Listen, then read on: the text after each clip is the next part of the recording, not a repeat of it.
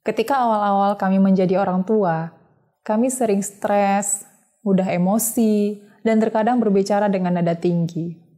Setelah kami pelajari, ternyata ada yang salah dengan mindset kami.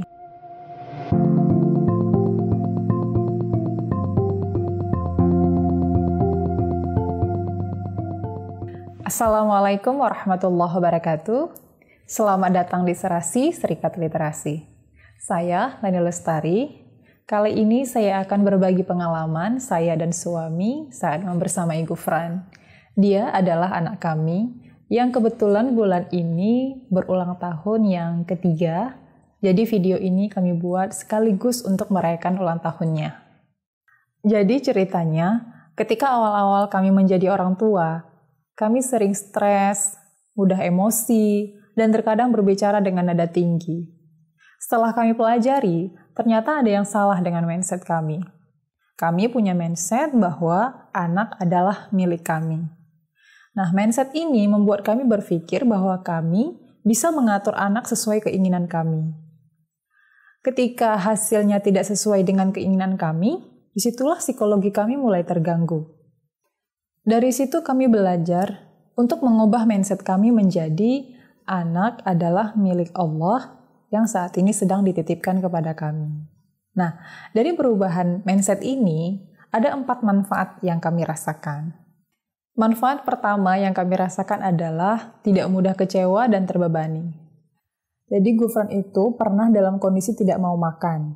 Orang sekarang menyebutnya dengan istilah GTM, gerakan tutup mulut. Padahal, saya dan suami sudah mencoba berbagai macam cara supaya Gufran mau makan. Tapi Gufran tetap tidak mau makan. Kami sempat stres saat itu. Namun akhirnya kami belajar dan sadar bahwa seenak dan seunik apapun makanan yang kami buat, kalau Allah tidak berkehendak, Gufran tetap tidak akan mau makan. Kami jadi sadar tugas kami hanyalah berusaha membuat Gufran makan, selebihnya kami serahkan kepada Allah. Begitu juga ketika Gufran tidak mau tidur. Saya pernah waktu itu penat sekali dan ingin segera istirahat. Tapi belum bisa karena Gufran belum mau tidur. Akhirnya saya curhat ke suami. Suami saya bilang, anak itu kan milik Allah. Yang membuat dia bangun dan membuat dia tidur itu juga Allah. Kalau saat ini dia belum tidur, itu juga karena kehendak Allah. Setelah mendapat pesan itu dari suami saya kaget dan menyesal. Kenapa tadinya saya merasa mampu menidurkan anak tanpa pertolongan Allah? Akhirnya, ketika saya menidurkan Gufran, saya terlebih dahulu memasrahkan kepada Allah. Jika nantinya setelah bermenit-menit dia belum mau tidur, saya terarah untuk berpikir, santai, turunkan standar, segera bersamai anak semampunya sambil mendoakan yang terbaik.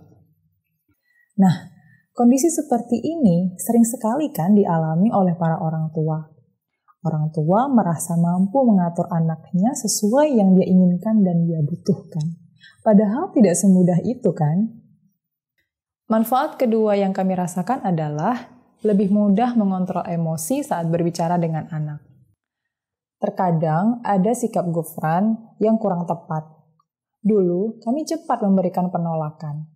Karena itu tidak sesuai dengan harapan kami. Kami lebih cepat emosi dan terkadang berbicara dengan nada tinggi. Itu karena kami punya mindset bahwa anak adalah milik kami, sehingga dia harus berperilaku seperti yang kami harapkan. Namun akhirnya kami belajar untuk mengubah mindset menjadi anak adalah milik Allah. Nah, karena mindset ini, kami belajar untuk lebih berhati-hati dalam berbicara, dan tidak teriak-teriak ketika ingin menasehati Gufran. Manfaat yang ketiga adalah kami merasa diarahkan untuk memahami anak. Jadi ceritanya, setiap jenjang usia tentu memiliki hal-hal yang baru. Seperti gerakan, pola pikir, cara berbicara, atau juga cara berekspresi. Nah, di antara perubahan itu, terkadang ada yang membuat kami sibuk.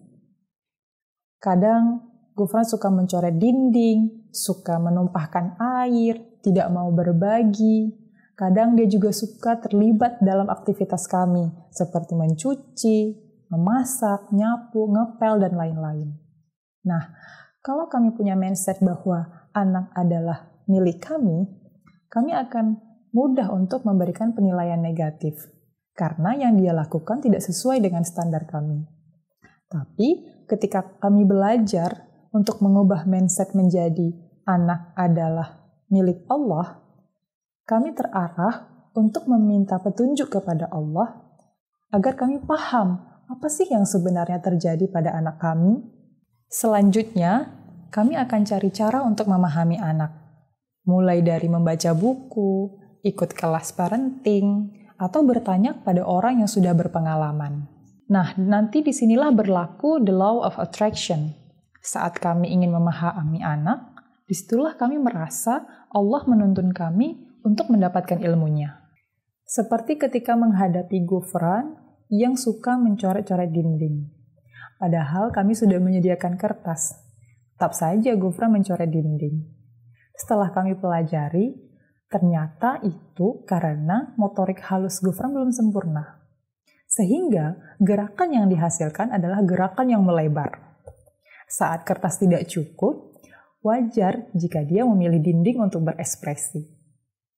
Nah, manfaat yang keempat adalah belajar ikhlas dalam merawat anak. Ketika kami menanamkan mindset bahwa anak adalah milik Allah, maka merawat anak kami niatkan sebagai ibadah. Kami tidak ingin merasa berjasa karena telah merawat Gufran. Dan untuk jangka panjang, kami juga tidak ingin terjebak dalam rasa pamrih karena telah memenuhi kebutuhannya dan memberikan pendidikan kepadanya. Karena walau bagaimanapun, merasa berjasa dan pamrih karena telah merawat anak akan mengurangi nilai ibadah kami sebagai orang tua.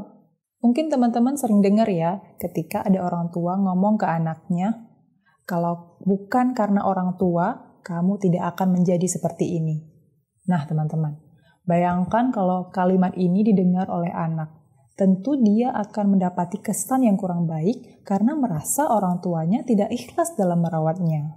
Dengan menanamkan mindset bahwa anak adalah milik Allah, kami berharap Allah menjaga keikhlasan kami sehingga kami bahagia menjalani peran sebagai orang tua hingga tutup usia.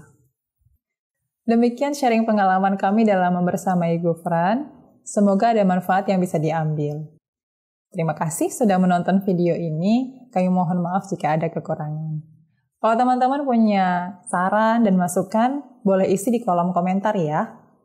Wallahu a'lam bishawab. Wassalamualaikum warahmatullahi wabarakatuh.